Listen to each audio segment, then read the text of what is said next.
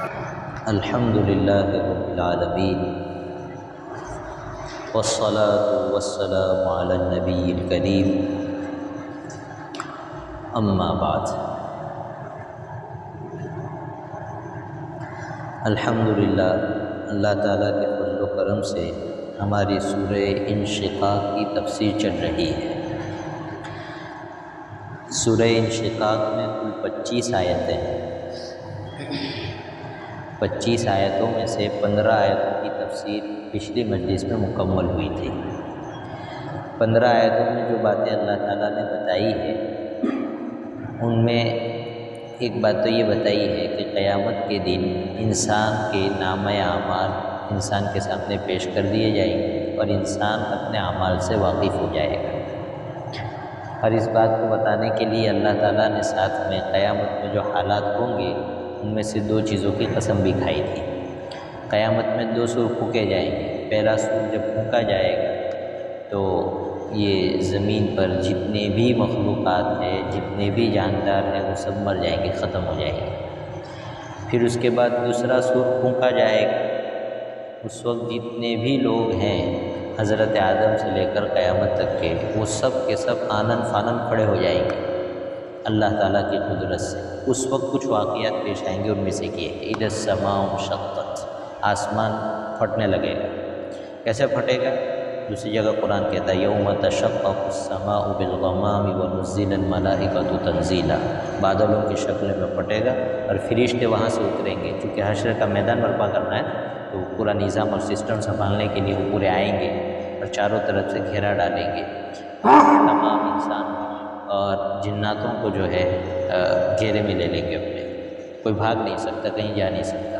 وہ اس وقت کے وحشت کا ماحول ہوگا کہ اس وقت انسان اور جنات جنہوں نے مجرمانہ زندگی گزاری وہ چاہیں گے کہ ہم کہیں بھاگ جائیں، لیکن اللہ قرآن میں کہتے ہیں یا معاشر الجن والانس ان استطعتم ان تنفذوا من اقطار السماوات والارض فانفذوا، کہ اگر تمہارا بس چلے کہ آسمان سے نکل جاؤ تو بھاگ جاؤ، زمین سے نکل سکتے ہو تو بھاگ جاؤ، لا تنفذون الا بسلطان، آج تم بھاگ نہیں سکتے، بڑا پاور اور طاقت چاہیے اور تمہارے پاس بہرحال وہ ایک پورا نظام، اس کو قرآن اس کی جانب اشارہ کر رہا ہے۔ اسی وقت جو ہے زمین بھی پوری جو ہے کھینچ کر اللہ لمبا دے گا، یومہم بارزون، اس طرح کی بنا دے گا کہ کوئی اونچ نیچ نہیں رہیں گے، پہاڑ وہاڑ کچھ نہیں رہے گا، ایک چٹیل میدان اللہ بنا دے گا اور سب لوگ جو ہے اس کے اوپر صرف کھڑے ہو جائیں گے، سب ایک طرف سے دوسری طرف پورا نظر آ رہا ہو۔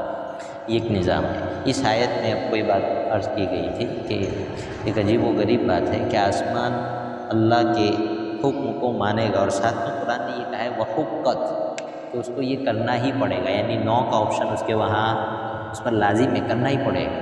یہاں اللہ اشارہ دے رہے ہیں کہ اتنی بڑی مخلوق اور وہ ہمارے حکم کو اگنور نہیں کر سکتی، تو انسان کو بھی ہمارا حکم اگنور نہیں کرنا چاہیے۔ یہ آسمان قیامت کے دن جب پھٹے گا تو اس وجہ سے نہیں پھٹ جائے گا کہ پرانا ہو گیا، تو لاکھوں سال سے بنا ہوا ہے تو پرانا نہیں ہوا ہے، بلکہ قرآن نے تو یہ کہا ہے آسمان کو پیدا کر کے هل ترى من فطور فارجع البصر هل ترى من فطور، یہ اللہ کی پیدا کی ہوئی اتنی بڑی مخلوق ہے، تم غور سے دیکھ لو، کئی مرتبہ دیکھ لو، یرجع البصر ثم ارجع البصر کرتین، دوبارہ دیکھ لو دائیں سے، ینقلب الیک البصر خاسئا وهو حسیر، تم کتنا بھی غور سے دیکھ لو، ہزاروں لاکھوں مرتبہ دیکھ لو، رزلٹ یہ آئے گا تو تمہاری آنکھیں تھک جائے گی دیکھ دیکھ کر، لیکن تمہیں جو ہے اللہ کی اس بنائی ہوئی مخلوق میں کوئی پھٹن نظر نہیں آئے گی، کوئی عیب نظر نہیں آئے گی۔ اتنا بڑا آسمان لاکھوں سال سے کھڑا ہے، پوری مضبوطی کے ساتھ کھڑا ہے، لیکن کہتے ہیں جیسے ہی حکم ہوگا اذینت لربھا وحقت، فوراً وہ حکم کو فالو کرے گا اور پھٹ جائے گا، اس کے پاس کوئی دوسرا آپشن نہیں۔ اسی طرح زمین اتنی مضبوط ہے لیکن اللہ کہہ رہے ہیں جیسے ہم حکم کریں گے فوراً کیا ہو جائے گی؟ پھٹ جائے گی۔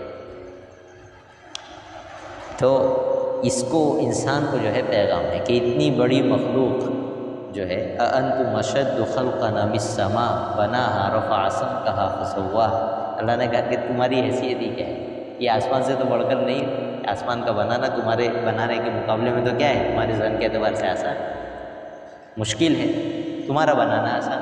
جب اللہ نے اتنی بڑی مخلوق بنائے اور اللہ کے حکم کو فالو کر رہی ہے تو اشارے میں ہمیں پیغام ہے کہ تمہیں بھی اللہ کے حکم کو فالو کرنا چاہیے۔ پھر انسان کو بھی ذہن میں ایسا آتا ہے کہ ہم کو تو اللہ نے اختیار دے رکھا ہے نا کہ بھائی ہم چاہیں تو کریں اور چاہیں تو نہ کریں. شریعت کی زبان میں اس کو تکلیف کہتے ہیں. مکلف بنایا ہم کو کہ ہم کو اختیار دے دیا اللہ نے، پاور، کہ میرا حکم ہے اور ہم نے تمہارے اندر صلاحیت رکھی، تم چاہو تو کرو اور تم چاہو تو مت. نماز میں نے فرض کر دی لیکن تمہارے جی میں ہے، پڑھو. اگر نہیں پڑھنا ہے تو ہم نے تمہارے اندر اتنی کیپیسٹی رکھی ہے کہ تم چھوڑ بھی سکتے ہو. اور یہ والی جو کیپیسٹی ہے نا کرنے اور نہ کرنے والی، اللہ کہتے ہیں کہ یہ ہم نے پہلے آسمانوں کو دی تھی اور پہلے زمینوں کے سامنے پیش کی تھی. یہ چاہیے ان عرضنا الامانۃ علی السماوات والارض، کہ بولو چاہیے والی کہ ہم حکم دیں گے اور تمہارے اندر ایسی صلاحیت پیدا کر دیں گے کہ تم چاہو تو فالو کرو اور تم چاہو تو اگنور کر دو کہ نہیں کرنا ہے ہم کو. تو آسمان اور زمین نے کہا کہ ہمارے بس کی بات، اس کو کہتے ہیں شریعت. کیا کہتے ہیں؟ کہ شریعت ہم نے پیش کی تھی. انہوں نے کہا نہیں، یہ ہمارے بس کی بات نہیں ہے، ہم اس کو لینا نہیں چاہتے ہیں. انہوں نے کہا ہم تو اس پر چلیں گے کہ ہمارے اندر یہ کیپیسٹی نہ ہو کہ ہم آپ کا کوئی اگنور، آپ کا حکم کو اگنور کر دیں. تو اس پر ہم آدمی کو سوال ہوتا ہے کہ بھائی ان کو تو کوئی مشقت ہی نہیں ہوتی، یوں کہا اور یوں ہو جائے، ایکشن پہ ری ایکشن فوراً ہو جائے گا. انسان کو تکلیف پڑتی ہے، انسان کو مشقت پڑتی ہے. نیند آ رہی ہے اور فجر کی اذان لگ رہی ہے، جی نیند آ رہی ہے، عشاء کی نماز پڑھنے جانا بھاری پڑتا ہے. تو انسان کو تو مشقت ہوتی ہے، ان کو ایسی کوئی مشقت ہوتی نہیں. تو اللہ کہہ رہے ہیں یا ایھا الانسان انک کادح الی ربک قدحا فملاقی. اس میں کون سی نئی بات ہے؟ مشقت دنیا کے کون سے کام میں نہیں ہوتی، تکلیف تو دنیا کے ہر کام میں پڑنے والی. اللہ یہ کہہ رہے ہیں کہ ہم نے شیڈیول ہی ایسا بنایا ہے کہ تکلیف تو آئے گی، مسلسل تکلیفیں آپ کے ساتھ لگی ہوئی. کوشش تو کرتے ہی رہنا پڑے گا، کسی دنیا کماؤ تو بھی اور آخرت کماؤ تو بھی. تو اس میں نئی بات کیا ہو گئی کہ شریعت کا حکم فالو کرو تو طبیعت پر بوجھ پڑتا ہے. بھائی اگر آدمی کی نوکری ویسی ہے کہ ایسا وقت ہے کہ طبیعت پر بوجھ پڑتا ہے پھر بھی جانا پڑتا ہے. اتنے مزدور ہیں دوپہر کی بھری گرمی میں کام کرتے ہیں، طبیعت پر بوجھ پڑ رہا ہے، پسینہ آ رہا ہے، پھر بھی کر رہے ہیں. اس لیے کہ بھائی شام کے کھانے کا مسئلہ ہے، گھر کے انتظام کا مسئلہ ہے. کسی کی نوکری بالکل صبح کی ہے یا نائٹ کی ہے تو بوجھ پڑ رہا ہے لیکن بیٹھا ہوا ہے کرسی پر ٹکا کر. تو دنیا کی کون سی ایسی چیزیں جو آسانی سے ہو جاتی ہے؟ ہر چیز میں کیا اٹھانا پڑ رہا ہے؟ کشٹ اٹھانا پڑتا ہے، تکلیف اٹھانی پڑتی ہے، چاہے دنیا کماؤ یا دین کماؤ. تو یہ کوئی بہانہ ٹھیک نہیں ہے، تکلیف تو اٹھانی پڑے گی. البتہ عقل مندی ہے کہ آدمی دین کمانے میں کیا کرے، تکلیف اٹھائے. کتنے لوگ ہیں دنیا کما رہے ہیں، چلو ایک مرتبہ سپوز کر لو، فورس کر لو کہ وہ کوئی گناہ کا کام نہیں کر رہے ہیں، دنیا کمانے میں شریعت کو اگنور نہیں کر رہے ہیں، شریعت سے صرف فرائض والا تعلق ہے. لیکن اتنی دنیا کما کر بھی دا اینڈ کیا ہوگا آدمی کا؟ مرتے ہی سب کوششیں ختم ہو جائے گی. جو دنیا صرف دنیا کے طور پر کمائی تھی وہیں کیا ہو جائے گی؟ ختم ہو جائے گی. یہ مشقت یہاں ختم ہو جائے گی. لیکن اگر دین کے لیے تکلیف اٹھائی ہے تو مرنے پر ختم ہونے والی نہیں ہے. اس کا رزلٹ آخرت میں ہمیشہ کی زندگی کی شکل میں ہم کو ملنے والا ہے. تو یہاں اللہ تعالیٰ ابھار رہے بندے کو کہ کوشش تو کرتے ہی رہنا ہے، لہذا نیک کاموں میں کوشش کرو اور تکلیف اٹھاؤ تاکہ یہ لمبی مدت تک تمہیں اس کا لمبا رزلٹ ملے. اور ساتھ میں قرآن نے کیا کہا ہے؟ فملاقی. کتنی بھی کوشش کرو، چاہے دین والی کرو یا دنیا والی کرو، یوں بھاگو یا یوں بھاگو، لیکن تمہاری ڈائریکشن کس کی طرف ہے؟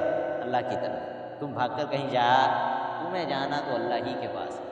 اب جب اللہ کے پاس جانا ہے تو اس کی مرضی کے مطابق عمل کر کے جانا چاہیے نا آدمی کو، ورنہ تکلیف اٹھانی پڑے گی. ہم سفر پر جاتے ہیں اور ہمیں معلوم ہے کہ میں جس جگہ جا رہا ہوں وہاں فلانا موسم چل رہا ہے، مثلا ٹھنڈی کا چل رہا ہے، تو ہم سامان کون سا لے کر جائیں گے؟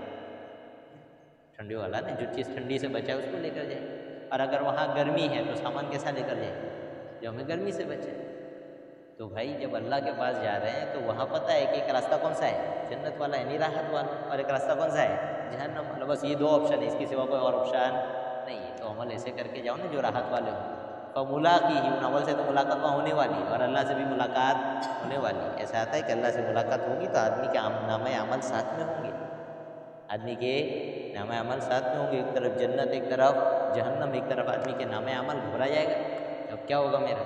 تو کہہ رہے ہیں عمل ہی ایسے کرو کہ ملاقات کے وقت کوئی ٹینشن فری والی ملاقات کرنی چاہیے آدمی کو.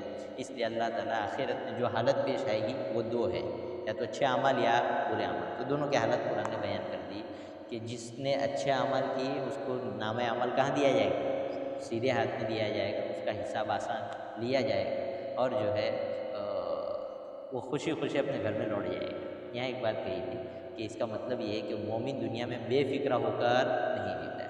اور کافر کا قرآن کیا کہہ رہا ہے کہ دنیا میں بہت خوشی خوشی جیتا تھا اپنے گھر والوں میں، آخرت کی کوئی بھی فکر نہیں تھی. اس کا مطلب یہ نہیں کہ مومن خوش نہیں رہ سکتا، بھائی مومن خوش رہے لیکن ایسی خوشی جو اس کو کبھی اللہ سے غافل نہ کرے، شریعت کی حدود اور اس کے قانون کو آدمی اگنور نہ کرے، ایسی جتنی خوشی منانی ہے مناؤ، لیکن ساتھ میں ہر خوشی میں یہ کھٹکا رہنا چاہیے کہ میری یہ خوشی گناہ والی نہ بن جائے، یہ خوشی ایسی نہ بن جائے کہ آخرت میں کیا ہوگا، وبال بن جائے، ایسی خوشی نہیں بننی چاہیے۔ اس لیے دیکھیے ہم لوگ جیتے ہیں لیکن اگر ہماری زندگی میں آخرت کا حصہ نہیں ہے، اس کی فکریں نہیں ہے، تو صحیح معنی میں ہماری ایمان والی زندگی نہیں ہے۔ ایمان والوں کی زندگی کیسی ہے؟ قرآن خود کہتا ہے کہ جب حساب کتاب ہوگا اور کچھ لوگوں کے لیے جنت کا فیصلہ ہو جائے گا تو وہ لوگ یہ کہیں گے انا کنا قبل فی اہلنا مشفقین فمن اللہ علینا ووقانا عذاب السموم، کہ ہم تو اپنے گھر والوں میں اس سے پہلے کیا ڈرتے رہتے تھے، پتہ نہیں مریں گے تو اللہ ہمارے ساتھ کیا معاملہ کرے گا، جنت کا فیصلہ ہوگا یا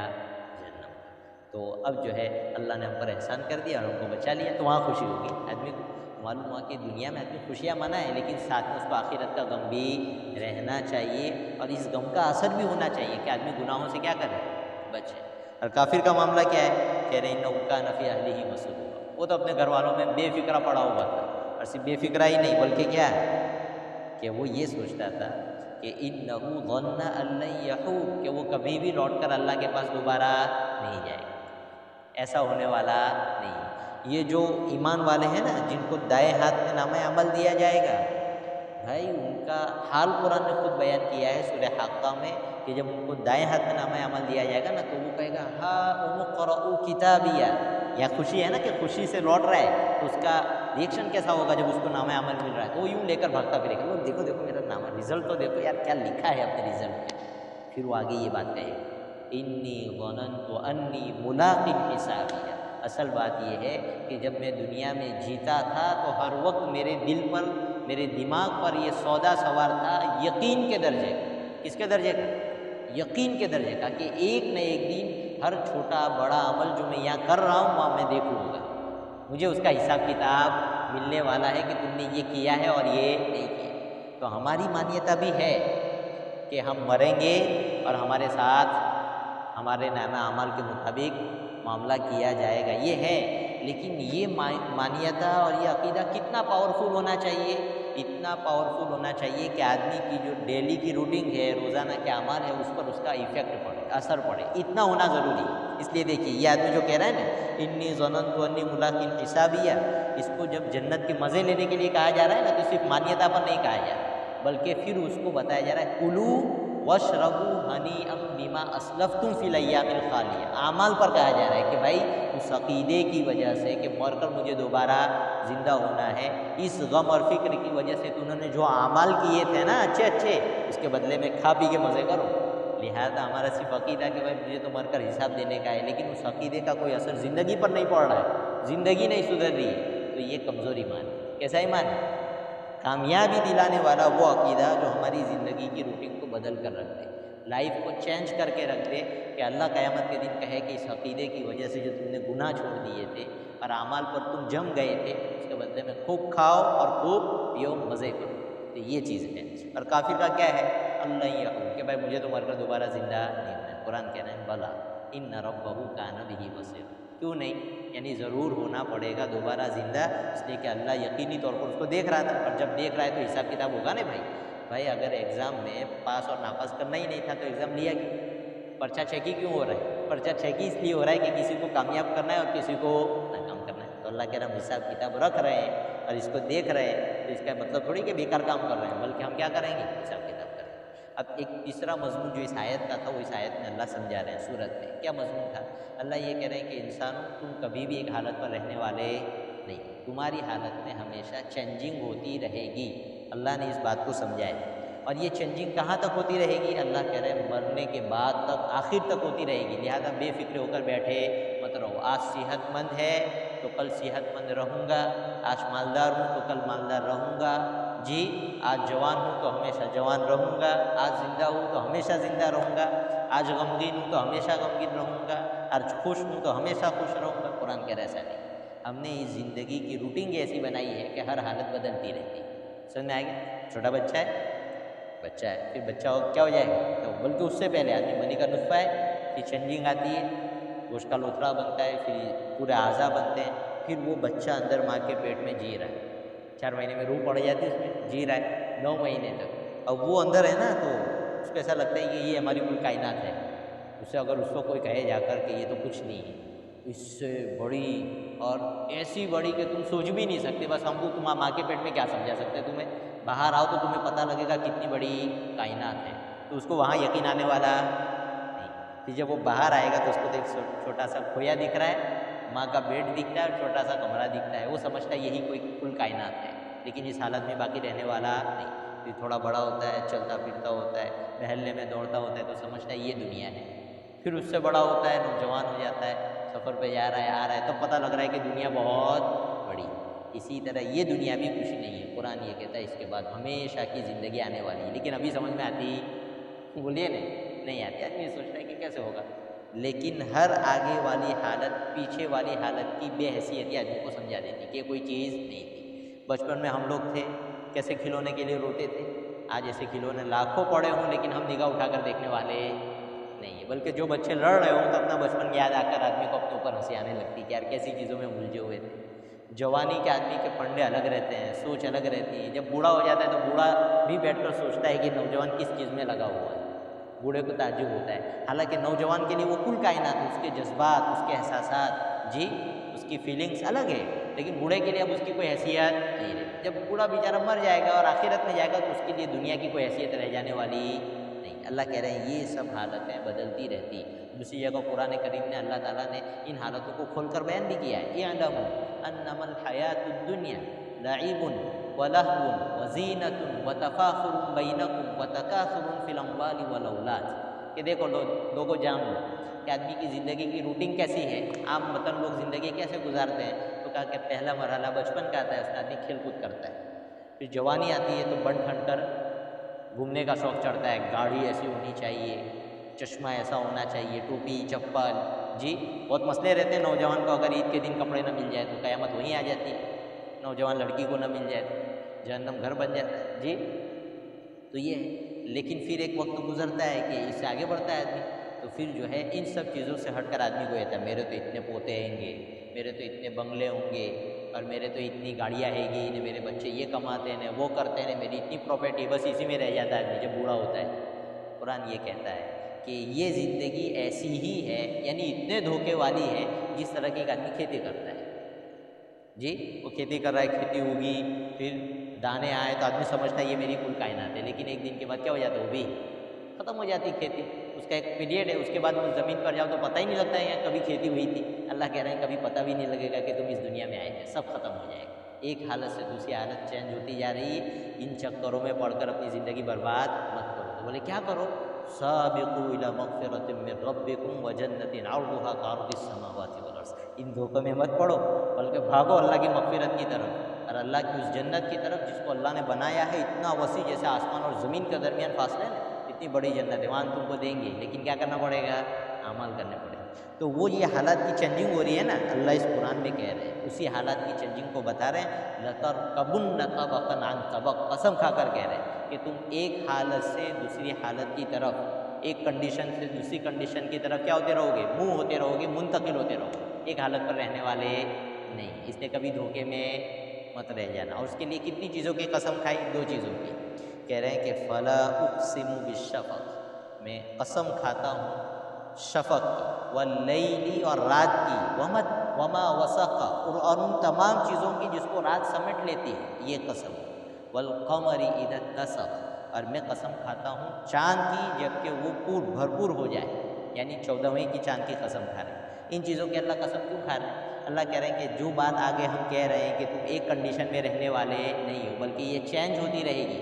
اگر اس ٹاپک کو سمجھنا ہے تو کائنات میں جو روزانہ کا یہ روٹین کا جو تمہارا معاملہ ہے نا، اس میں غور کر لو، سوچ لو. دیکھو شام ہوتی ہے، سورج ڈھلنے لگتا ہے تو سرخی آتی ہے، لال رنگ کی روشنی آتی ہے نا، کرنیں آتی ہیں. اللہ اس کی قسم کھا رہے ہیں اور یہ کہہ رہے ہیں کہ یہ سرخی یہ بتا رہی ہے کہ اب یہ دن جا رہا ہے. اب کیا آئے گی، رات آئے گی. جی تو دن باقی رہا نہیں رہا. صبح بھرپور سورج سر پر تھا 12 بجے، اس کو کوئی کہتا کہ یہ ڈوب جائے گا تو کسی نے دیکھا ہی نہ ہو کبھی، تو کیا کہے گا، امپاسبل ہے، ایسا ہو ہی نہیں سکتا. لیکن جب رات کو شام کو یہ سورج ڈھلتا ہے تو وہ سرخی بتا رہی ہے کہ اب یہ سورج جا رہا ہے، حالت میں چینجنگ آ رہی ہے، اب کیا آئے گی، تو رات آئے گی، پھر رات آتی ہے اور رات سب چیزوں کو اپنی اصلی حالت اور اپنی اصلی مقام پر پہنچا دیتی ہے۔ بھائی رات ہوتی ہے تو ہم اپنے گھر آتے کہ نہیں آتے کما دھما کر، دن ہوا تو کہیں گئے، کہاں گئے پتہ نہیں، اور شام کو کہاں گئے، ملنے کا تھا شام کو آئیں گے۔ اپنا ریفرنس کب کا ملتا ہے؟ شام کو کا، کہ بھائی ملاقات کرنی ہے تو شام کو آ جائیے، رات کو آئیں گے گھر پہ 8 بجے 9 بجے 10 بجے۔ تو رات جو ہوتی ہے ہر چیز کو اپنے اصل آشیانے پر، اصل جگہ پر پہنچا دیتی۔ پرندے بھی دن بھر رکھڑتے ہیں اور رات کو اپنے یہاں پر، تو رات ہر چیز کو اپنی جگہ پر پہنچا کر سمیٹ لیتی جی۔ اور اسی طرح جو ہے آدمی کی حالت چینج ہوتی رہی، جیسے حالت چینج ہو گئی نا، دن ہمیشہ نہیں رہا، رات بھی ہمیشہ نہیں رہی، اور لوگ بھی ایک جگہ پر نہیں رہے، دن میں الگ جگہ پر تھے، رات میں الگ جگہ پر۔ اللہ کہہ رہے ہیں اسی طرح تم بھی ایک حالت پر نہیں رہنے والے، بچے ہو بچے نہیں رہو گے، جوان ہو جاؤ، جوان ہو تو جوان نہیں رہ جاؤ گے بلکہ بوڑھے ہو جاؤ گے، اور بوڑھے ہو تو بوڑھے ہی نہیں رہو گے بلکہ ایک دن معاملہ ختم ہو جائے گا۔ اللہ نے یہ سب چینجنگ قرآن میں موقع موقع سے گنوائی۔ اللہ الذی خلقکم من ضعف ثم جعل من بعد ضعف قوة ثم جعل من بعد قوة ضعفا وشیبا یخلق ما یشاء، کہ اللہ نے تمہیں کمزوری سے پیدا کیا، پھر کمزوری سے تمہیں طاقت دیتے ہیں یعنی نوجوانی عطا کرتے، پھر اس جوانی کے بعد واپس تمہیں کیا کر دیتے ہیں؟ بوڑھا کر دیتے ہیں، پھر آدمی دنیا سے کیا ہو جاتا ہے؟ چلا جاتا ہے۔ تو اللہ یہ کہہ رہے ہیں کہ دھوکے میں مت رہو کہ زندگی ہمیشہ کی ہے، جس طرح دن ہمیشہ نہیں رہتا ہے، جس طرح چاند ہمیشہ نہیں رہتا ہے جی، چاند بھی بڑھتا ہے، بڑھتے بڑھتے ایسا لگتا ہے 14ویں کو کہ یہ ہمیشہ ایسا ہی رہے گا، لیکن قرآن کہتا ہے حتی عاد کالعرجون القدیم، لیکن پھر یہ واپس گھٹتے گھٹتے ایسا ہو جاتا ہے جیسے کوئی پرانی ڈالی ہو پتلی سی، سوکھ گئی ڈالی کیسے ڈوب جاتی ہے ایسا ہو جاتا ہے چاند۔ جب روشن تھا تو لگتا ہی نہیں تھا کہ کبھی ڈوبے گا جی، جب روشن تھا تو لگتا ہی نہیں تھا کہ کبھی پتلا ہوگا، لیکن کہتے ہیں اتنا پتلا ہو جاتا ہے کہ اس میں اختلاف ہونے لگتا ہے کہ آج چاند دکھاتا یا نہیں دکھاتا، لوگ آپس میں جھگڑنے لگتے ہوئے، کہتا مجھے تو نظر آ رہا، تجھے کیوں نہیں نظر آ رہا جی۔ تو اللہ کہہ رہے ہیں کہ اس چاند کو دیکھو کیسا بھرپور ہوا تھا لیکن ختم۔ اسی طرح آدمی کی زندگی کتنی بھی بھرپور ہو جائے، کتنی بھی کامیابیاں مل جائے، کتنی بھی پروگریس ہو جائے، لیکن ایک دن کیا ہو جائے گی؟ ختم، کوئی رہنے والا نہیں ہے۔ لَتَرْكَبُنَّ طَبَقًا عَنْ طَبَقٍ، تم ایک حالت سے دوسری حالت کی طرف چڑھتے چلے جاؤ گے، ہمیشہ ایک حالت میں رہنے والے نہیں۔ اور دوسری بات، چاند کی جو قسم کھائی ہے نا، وہ 14ویں کے چاند کی قسم کھائی، اس میں اس بات کی طرف بھی اشارہ ہے کہ تم مر کر کہاں جاؤ گے؟ موت کے بعد حشر، حشر کے بعد جنت یا جہنم۔ تو کہہ رہے ہیں کہ وہ جو آخرت کی حالت آئے گی نا، وہ بھرپور والی حالت ہوگی، یعنی ہر چیز اپنی انتہا کو پہنچ جائے گی، کمال کو پہنچ جائے گی۔ زندگی ملے گی تو کمال والی، یعنی وہاں پر موت نہیں، جوانی ملے گی تو کمال والی، وہاں پر بڑھاپا نہیں ہے، وہاں پر خوشی ملے گی تو آخری درجے کی، وہاں پر کوئی غم نہیں ہے، یہ چیز۔ تو کہہ رہے ہیں کہ جیسا چاند بھرپور آ رہا ہے نا، اس طرح ہر حالت، ہر چیز اپنی بھرپور حالت پہ پہنچ جائے گی، حتیٰ کہ عذاب بھی آئے گا تو بھرپور آئے گا، اتنا کہ آدمی اپنا دماغ بھی کہیں ڈائیورٹ نہیں کر سکتا، سب تکلیف میں مبتلا ہو جائے گا، اور یہاں تک کہ موت بھی نہیں آئے گی، نہ جنت میں نہ جہنم۔ تو یہ حالات بدلتے رہیں گے۔ تو اس کا تقاضا یہ تھا کہ پوری اللہ نے کائنات کا سسٹم بتا دیا کہ کوئی چیز ایک حالت پر باقی نہیں رہے گی، تو چھوٹی سی عقل رکھنے والا آدمی ہو تو اس کو بھی سمجھ میں آ جائے گا کہ میں بھی ہمیشہ رہنے والا نہیں ہوں، مجھے بھی کہاں جانا ہے؟ اللہ کے پاس جانا ہے۔ تو اس کا تقاضا تھا کہ کافر کو یہ بات سنائی جا رہی تو کیا لے آئے؟ ایمان لے آئے، لیکن قرآن کہہ رہا ہے فَمَا لَهُمْ لَا يُؤْمِنُونَ، ان کو کیا ہوا کہ لوگ ایمان ہی نہیں لا رہے، یعنی اتنا سنا دینے کے بعد، سمجھا دینے کے بعد تو سمجھ میں آ جانا چاہیے اور ایمان لے آنا چاہیے، لیکن یہ لوگ ایمان لاتے نہیں ہیں، بلکہ ان کا معاملہ تو کیا ہے؟ وَإِذَا قُرِئَ عَلَيْهِمُ الْقُرْآنُ لَا يَسْجُدُونَ، جب ان کے سامنے قرآن پڑھا جاتا ہے تو یہ تو سجدہ بھی نہیں کرتے ہیں، یعنی قرآن کے سامنے ان کا دل جھکتا ہی نہیں، ماننے کے لیے تیار نہیں ہے۔ اور چلو نہ مانتے تو کوئی اور بات تھی، بَلِ الَّذِينَ كَفَرُوا يُكَذِّبُونَ، بلکہ اس سے بڑھ کر تو یہ اتنے تاناشا ہے، بدماش ہے کہ قرآن کو جھٹلاتے ہیں کہ نہیں، یہ سب باتیں جھوٹی ہیں۔ کیسی ہے؟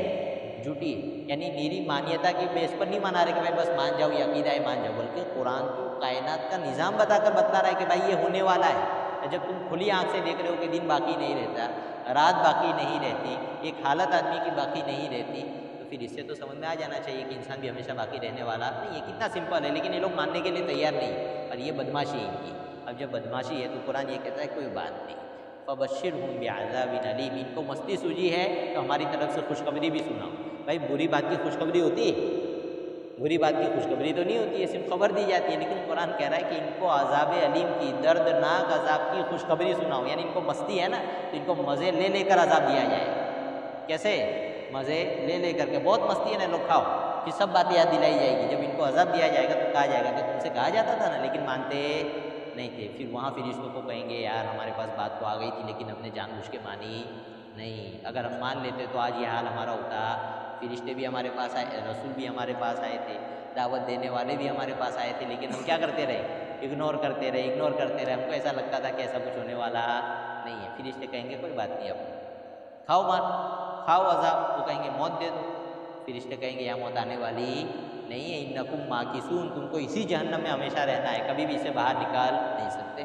اللہ کا فضل ہے, اللہ نے ہمیں ایمان عطا کیا ہے, بہت بڑی نعمت ہے. اللہ تعالیٰ میں مرتے دم تک ایمان پر باقی رکھے. اب کافروں کو دھمکی دی تو جو ایمان والے ہیں نا وہ تو پہلے سے ڈرے ہوئے ہیں, وہ ٹینشن میں آ جائے کہ کہیں ہمارا معاملہ زمزم میں نہیں آ جائے. تو اللہ کہہ رہے نہیں, الا الذین آمنوا, جو لوگ ایمان والے ہیں, وعملوا الصالحات, اور انہوں نے کیا کر رکھا ہے؟ اچھے اعمال بھی کر رکھے ہیں, لہم اجر غیر ممنون, ہم ان کو ایسا بدلہ اور ایسا ثواب دیں گے جو کبھی بھی ختم ہونے والا نہیں. کتنی بڑی بات ہے. ہم 5 منٹ عمل کرتے ہیں تو وقت بھی چلا جاتا ہے, عمل بھی چلا جاتا ہے, اور اس میں جو مشقت پڑی تھی, بوجھ پڑا تھا طبیعت پر, وہ بھی کیا ہوتا ہے؟ چلا جاتا ہے. لیکن اللہ کہہ رہے ہیں ہم اتنے قدردان ہیں کہ اس کے بدلے میں جو ہم تمہیں جنت دینے والے ہیں نا وہ کبھی ختم ہونے والی, اس کے بدلے میں جو مزے دینے والے وہ کبھی ختم ہونے والے نہیں. یہ اس پوری صورت کا خلاصہ یہ ہے کہ آدمی کی زندگی کو اللہ تعالیٰ نے ایسا بنایا ہے کہ یہ تکلیف سے تو خالی ہو ہی نہیں سکتا. بڑے سے بڑا مالدار ہو یا چھوٹے سے چھوٹا غریب ہو, کوئی بھی آدمی اپنی طبیعت کے خلاف جو ہے کسی بات کا اس کو کسی بات کو فیس نہ کرنا پڑے, سامنا نہ کرنا پڑے, ایسا ہوتا نہیں ہے. روز آدمی کی زندگی چلتی ہے, کوئی نہ کوئی چیز اس کی طبیعت کے خلاف ہوتی رہتی ہے, مشقت آتی رہتی ہے. اس لیے عقل مند کا کام یہ ہے کہ زیادہ توجہ کس پر دے؟ دین کے کمانے پر, آخرت کے کمانے پر دے, اور دنیا کی گاڑی ساتھ میں چلتی رہے. اس طرح کا نظام بنائے اپنا, اور آخرت کو فوکس کرے. اللہ کہہ رہے ہیں کہ آخرت جو ہے بہت بڑی چیز ہے. بل تؤثرون الحیات الدنیا, لیکن تمہارا معاملہ یہ ہے کہ تم کیا کرتے ہو؟ دنیا کو آگے کرتے ہو کہ نہیں دنیا بہت ہے, دنیا بہت ہے. اللہ کہہ رہے ہیں نہیں, والآخرۃ خیر وابقیٰ, آخرت میں 2 باتیں ہیں, ایک تو اس دنیا سے بہتر ہے وہاں کی نعمت, اور دوسری بات یہ کہ دنیا ختم ہو جائے گی اور آخرت ہمیشہ باقی رہے گی. تو جو باقی رہنے والی ہے اس پر محنت کرنی چاہیے. اس صورت کا جو ہے پیغام ہے. اللہ تعالیٰ ہمیں اس پر عمل کرنے کی توفیق عطا فرمائے. اس میں جو ہے آیت ہے, آیت سجدہ, قرآن کریم کے جو 14 سجدے ہیں, اس آیت کو سنتے ہی پڑھنے والے پر بھی اور سننے والے پر بھی سجدہ واجب ہو جاتا ہے, سجدہ کرنا ضروری ہے. اب اس سلسلے میں تقی عثمانی صاحب شیخ الاسلام جو ہے تفسیر کرا رہے تھے. جب اس آیت پر پہنچے تو حضرت نے کہا کہ عامتاً تو معمول ایسا ہے کہ آدمی سن لیتا ہے, بعد میں اپنی فرصت سے کیا کرتا ہے؟ سجدہ کرتا ہے. لیکن صحابہ میں اور حضور اقدس صلی اللہ علیہ وسلم وغیرہ کا اس طرح کا معمول تھا کہ فوراً سجدہ کرتے تھے, اہتمام کی وجہ سے کہ بھائی بڑی چیز ہے, فوراً سجدہ کر لیتے. حتیٰ کہ یہاں تک ہوا خطبہ دے رہے اور خطبے کے درمیان سجدے کی آیت پڑھ لی تو فوراً اتر کے کیا کر لیا؟ سجدہ کر لیا, اور سب نے کر لیا. تو مفتی تقی صاحب نے فرمایا کہ چلو آج ہم بھی سنت زندہ کرتے ہیں, اور آج کیا کر لیتے ہیں؟ سنا ہے تو ابھی فوراً سجدہ کر لیتے ہیں. تو اگر اللہ نے توفیق دی اور وضو ہے تو آدمی سجدہ کر لے, وضو نہیں تو بعد میں کبھی نماز میں آئے تو اس وقت سجدہ کر لے. میں تو ابھی کر لیتا ہوں, اللہ تعالیٰ جس کو بھی توفیق دے وہ بھی کر لے سجدہ.